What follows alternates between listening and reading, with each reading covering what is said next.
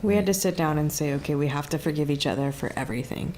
We can't bring it up. We can't hold it over each other's heads, or this is never, ever going to work again. Sure. So we had to just let it go. I think if we wouldn't have separated, I don't think we would be together today. If you guys want to do this together, it is possible, but you need to take a break because if you're just doing it to try to make the other person happy, you're not going to succeed.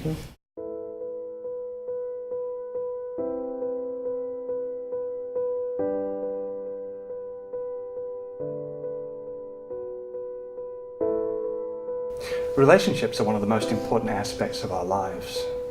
Relationships have started wars, they've brought down empires, but they're also at the foundation of what holds us together and brings meaning to our lives. Relationships are closely entwined with our sense of self and sense of purpose. So maybe it's understandable that relationships during treatment and the early stages of recovery are discouraged. Now, they also say that there's an exception to every rule. And joining me tonight are 4 exceptions to the rule, who are here to talk about their experiences with love and life on the road to healing and recovery. Could you just go around and introduce yourselves? Yeah, my name's Kevin Riley, and this is my wife Danielle. I've been in recovery, in May it'll be 5 years, so I'm coming up on a nickel. Yeah, I'm Danielle. Same. I'll be 5 years clean and sober in April. Okay. I'm David Walker. I've been clean for over 8 years. Okay. I'm Jessica. I'm his wife. And my wife. We've been married for 8 years. We got married just after we got clean and sober. Cool. Okay. Kevin, can you just start off by telling us a little bit about how you guys met? You met whilst you were in addiction? Yeah. So Danielle and I met on the heels of a couple of messy divorces, and we actually met online on plentyoffish.com, and we just started chatting it up on messages, and we got together, and we pretty much haven't been separated since. Not by choice. Not by choice. Occasionally we would break out in handcuffs and forcibly separate us, but we're hopefully we're done with that now. So. Okay. During using, you went through treatment. You went through recovery together. Well, I got pregnant and got arrested, so that was kind of my treatment. So I've not been to formal inpatient treatment ever, but yeah. Sure. And David and Jessica, just a quick overview of your situation. You met whilst you were using, did you? Or? Yeah, well... That was the beginning of our relationship. That was the beginning of our relationship. Yes. So we started, I guess we were going out a lot, and we kind of ended up together, and then we've been nonstop together since then, the same. So... Kevin, what attracted you guys to each other, do you think? I think in the beginning, it was her profile picture. It's just something about her eyes. I was like, her eyes were intimidating. Like when her picture first popped up, I quickly moved it because something about her eyes scared me. But then it was her eyes that brought me back. I'm serious. And do they still scare you? Only when you're angry. It was just. I don't know, there was just something that was hauntingly familiar about her that Everything felt comfortable right from the beginning with us. Yeah. And how big a part of did using play in the relationship? Was that? Oh, it was paramount. Was it? It was about 2 months before we lost our jobs and our homes, and we're living in our truck. And so what was pulling you down was also keeping you together, though, huh? Yeah, absolutely. Yeah. Okay. And how about trust and stuff like that? Did that become an issue? Well, I think whenever you run out of drugs, it's the other person's fault, and everything is kind of fallen to pieces and broken. So you just blame everything on the other person because they're what's near you, and it's easy. Yeah. But we didn't really cheat on each other or anything like that. We just. Jessica, how was that for you and David? I agree 100%. Neither of us cheated, but we always were first to point the finger at the other person if they took too long to hook up the drug. That was mostly me, because I would go and usually figure out how we're going to get it, and I came home 10 minutes, 15 minutes past when I should have, and I should have And I I got slept with every Tom, Dick, and Harry on the way home. delusional thinking. Yeah, and I think it's a lot of it played with the drugs. And for us, we didn't really start like deep into drugs. We slowly got there. We were drinking. We got on drink. He had a problem with methamphetamine before that. I didn't know how bad it was. He was just getting out of it. So we're just heavily drinking, and then we would kind of use here and there, and we kind of transferred drug addictions from cocaine to pills, back and forth till we got to opiates, and that was for us a very huge downward spiral. I didn't use IV until he had his surgery and almost lost his arms. He had 6 surgeries, and then I decided that was time that I would try. So, yeah, Mr. Love's company. Kevin, at what point did you realise that this wasn't quite working? Not the relationship, but the situation that you guys were in together. Oh, at what point did I not realize that? But the problem was it was all that I knew. So therefore it was, this isn't working out, but it was all that I knew. So I kept going back. But I think the real selling point was, she had some charges that she was serving out from Whatcom County on electronic monitoring at her parents' house. And at that point in time, my basic whole role in life was hustle, get dope, sneak it into her window, and then go out and do it again. And then one day I'm camping outside of a church in Cedar Woolley. I was homeless, and one day she wakes me up and she goes, "I'm pregnant," and I'm going to the doctor, and I'm like, "What? What do you mean you're pregnant?" And then I ran and caught up to her, and it was we got on the bus and we started heading towards the doctor's office, and we didn't talk, and we got to the doctor's office, and I couldn't even go inside because we had our little dog Peanut with us, and they were worried about pet allergies. So I sat outside, and she comes back out and she's like, "Yeah, I'm pregnant." And we didn't talk. We got on the bus, we didn't talk. We made it all the way back to where I was camping, and we didn't talk the whole time. It was just like, that was the first time I think that was the first time I ever really truly prayed, and I just said, "God, I need your help in this. We need to be forcibly removed from this situation. If we're gonna make it better for us, make it better for our kid." And as we sat there and on the cot outside the church, we kind of fell asleep, and then we got woke up by the sheriff's department, and they ran our names, and I came back clean for like the first time ever. But she came back as on home monitoring, and they arrested her and took her to jail. So God answered my prayer, not in the way that I wanted, but he answered it. And that was like, okay, it just got real, and we need to do something different. Yeah. Anything to add to that, Danielle? Is that kind of how you felt?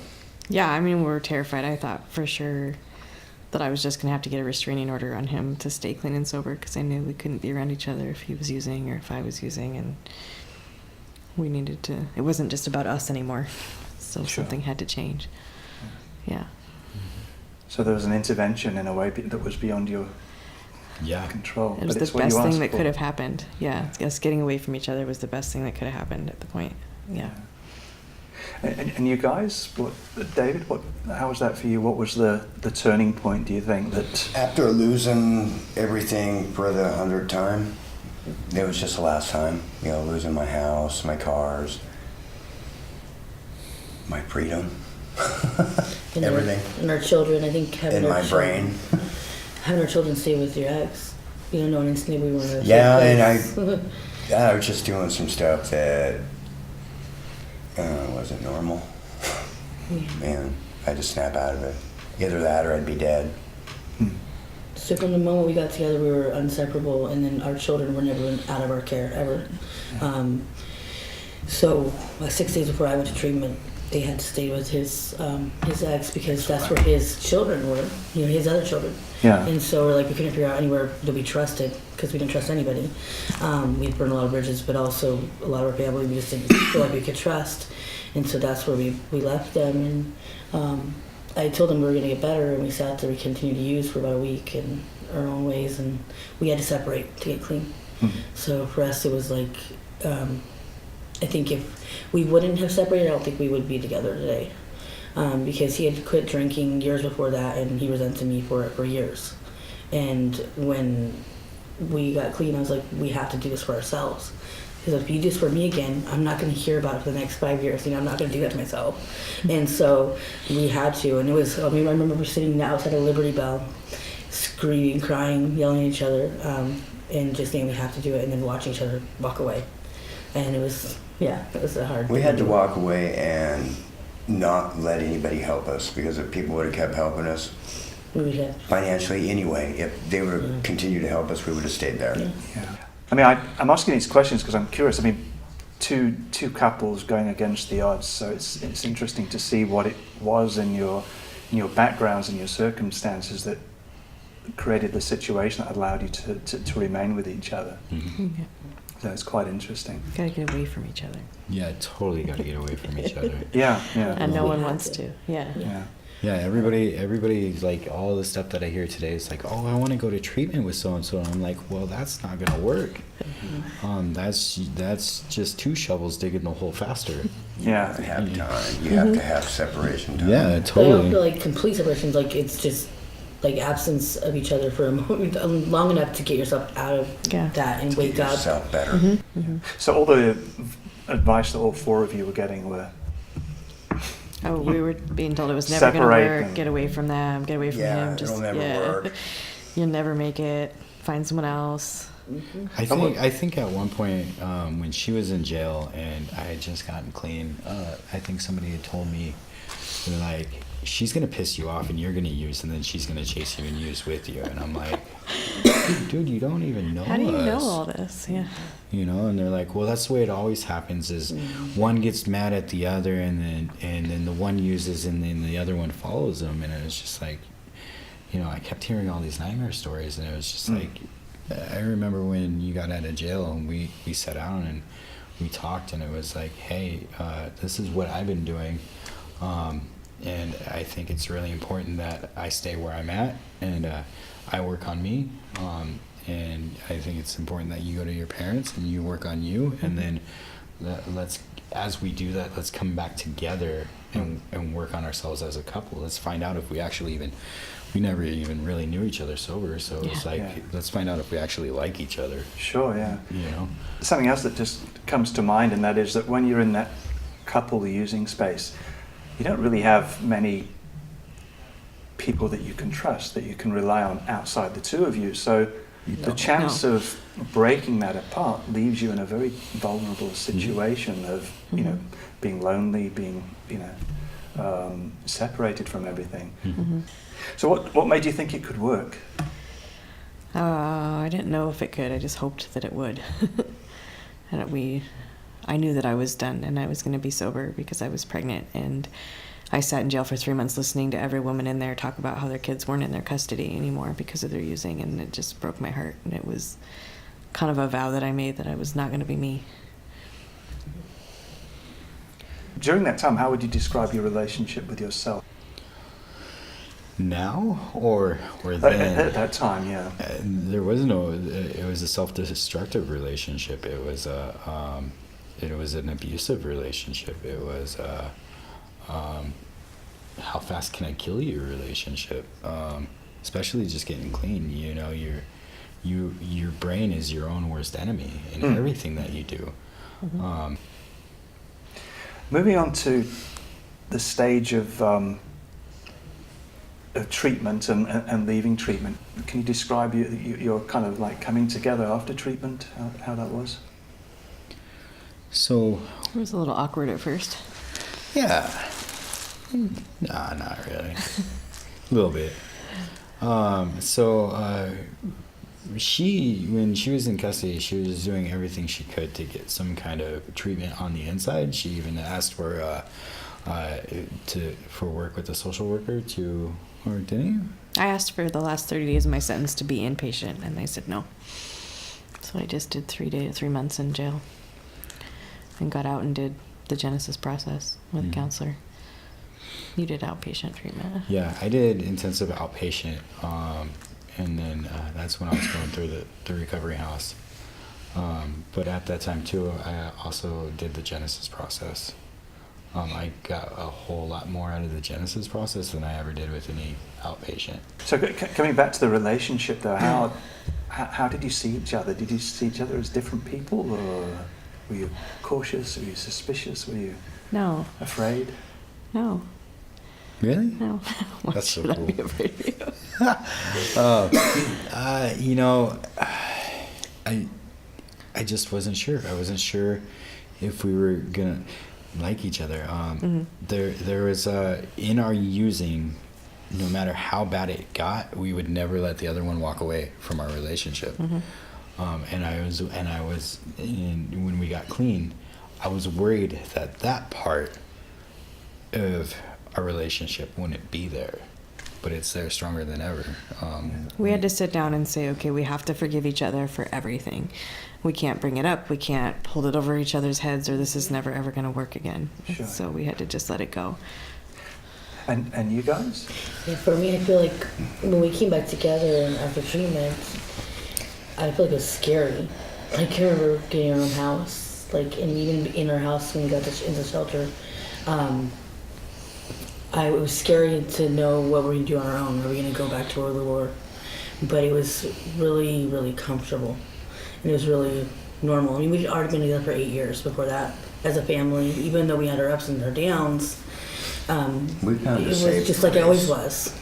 You know, we fell right back into our And old... we had a safe place to go, Yeah. to reach. Yeah, but we also had to relearn how to do everything because we come from families where, you know, our parents are drug dealers, alcoholics, drug addicts, you know, it was just, it's normal. So we had to completely relearn how to live. And so through treatments, and he went to inpatient, I went to outpatient. We worked 8 hours, if not more, on our recovery. And we surrounded our life with recovery, and that's like all we do is recovery on our downtime. We're constantly helping other people, or, you know, it's just something recovery related. And so I think for us, we just had to focus a lot on doing the opposite of what we were doing. Can I ask you guys about the excitement?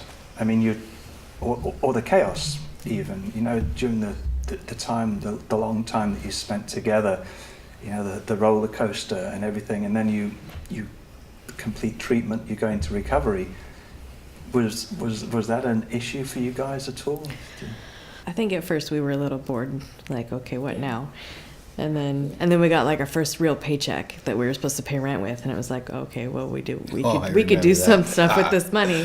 So we had to like talk ourselves through those normal stuff of like, okay, we need a place to live, like that's important. We need, because whereas on the streets you're like, well, I don't really need a place to live as long as I'm high. So it was just really relearning how to be normal and be comfortable. And then our son was born, and the chaos ensued again. So Yeah. just a different kind. I remember that when we had all that. It was the first time in a long time I had over $1,000 in my hand legitimately. Yeah. And it was just like, oh, the stuff I could do. We were both like, and then I paid rent, and I had to call somebody out of excitement, like, dude, I actually paid my rent. You know, it's like I forgot what that felt like. Mm-hmm. Yeah. I'd say that our excitement now is paying our bills. Like, Yeah. he Being enjoys sitting responsible. down and paying our bills and getting a credit card and trying to work on our credit, like stuff that we never cared about. We were just putting Stuff we should have we thought didn't about, care, but yeah. never did. But that's our enjoyment. Like, so it's not like going out and celebrating for a night. It's like, man, we got our stuff together today. Like, in not having the when it rains it pours feelings, and having a calm sense of home life, and our children got what they need. Everybody just feels, I don't know, supported. Can you, in just a few words, can you describe the qualities of your partner? Call your partner? He's somebody I never thought he could be. I see a lot of people look up to him where we work together at the Reach Center, and I watch people, you know, come to him and see the same qualities that I saw in him, but in a different way. I loved the Wild David. He was always funny. He always could make anybody laugh, and he's a jokester. But to see him, you know, he'd take a room of women, and they'd all be cackling and laughing at him anywhere we went. And just to see him to use that in recovery, and like, to see you go from having social phobias with your mental health and to now helping people that have social phobias and find their way to recovery, it just amazes me. So, yeah. Thanks. David, what do you have to say about Jessica? What would I have to say about her? Oh, geez. She's smart. She's got my back. She's a great mother. She showed me how to do the job I'm doing. I mean, I'm doing it because of her. Going there every day, watching her work, following in her footsteps. I'll never leave her. We're stuck. We're going to be together forever. And no one ever's had my back like her. Ever. Not even my parents. I'd have to say the same. Yeah. And it sounds like you've got the same energy, but a different type of energy now that, it's been replaced by something that's sustainable and positive. Yeah, it's not killing us. Cool. Danielle, can I put you on the spot? Well, yeah, I don't know. I've been in a lot of really bad relationships and always had loyalty questioned in every one of those, and that was never been an issue between Kevin and I. No matter how dark things got, I always knew he was mine, and that he was never going to leave me for someone else. And so and he's got amazing leadership qualities. He's a pastor of a church now, and if you told me 6 years ago that was going to happen, I would have never believed it. So I'm amazed constantly by his transformation and how far he's come. Don't cry. It's hard to hear the positive thought. Yeah. Oh man, I mean, for her, it's like I've never met somebody that is so fiercely loyal, so fiercely loving, while also having a great tenacity to be a pain in my ass. Stick with what you're good at. Right. I love everything about this woman. She is my earthly everything. She's my confidant. She's my encourager, and she's the one that tells me when I'm being stupid. And we all need that. Yep. But she does it with love. Always. If you see people in relationship issues that are still using or trying to get out of that, do you think you have a different take on things? I always tell them that if they really want to succeed, they need to look here first. And when I say here, I mean inside first. They need to look at themselves first, because and that's the hardest place to look. It's so easy to point out the faults in other people, but the hard thing is to actually look at your faults, pull them out, put them on a table, and embrace them and do something with them. And so I encourage people to the first thing I encourage them to do is to start looking at themselves and start involving themselves in some kind of healthy community. Because without our community, we would be nothing. Yeah. Would still be codependent and isolated and probably still using. If you guys want to do this together, it is possible, but you need to take a break, because if you're just doing it to try to make the other person happy, you're not going to succeed. You got to be serious about it. You got to want to do it. Yeah, sure. You know. You guys got anything to add to that? Or? I was just going to say, go your separate ways, and then give a break, like he's saying, and don't dwell on whether you're going to be together or not. If you're meant to be, you're meant to be. You'll be together. Yeah, it's hard to not do that. I know. I remember. Yeah, but if you do that, then it ain't gonna work. I remember reminding David. He called me and in the beginning steps, and I kept telling him. He was going, "Tell me we're gonna be together." And I'm like, "David, we can't go there now. Let's just change the subject." And then as soon as I saw him, I melted. And then, months later, we got married. If you give yourself that space to work on yourselves, and for your partner to work on themselves, then it'll work. Yeah, I think it's necessary. Yeah, it has to. You have to do it. And I feel like another thing I'd say is if it doesn't feel right, it's probably not right. Like, don't try to make something work that's not going to work. I hear so many similar things in what they're saying, and to what we're saying is like, I feel like the reason it succeeded is because it was meant to succeed. And I feel like some people are trying to find somebody to hold on to early in recovery, and I feel like I understand why people say to take that year to get in a relationship. But I feel like if you're already in one, I don't think that's something you should have to do. Because you shouldn't separate from the person you're with for a year just to get recovery if you don't have to. I don't think it's, yeah. You gotta do what's right for you. Yeah. Great. Well, thanks so much for taking the time to come here and share your experiences with us. I'm sure it'll be of great benefit to some people out there. Yeah. Thanks a lot. Thanks for having us. Yeah, Yeah. thanks for having us.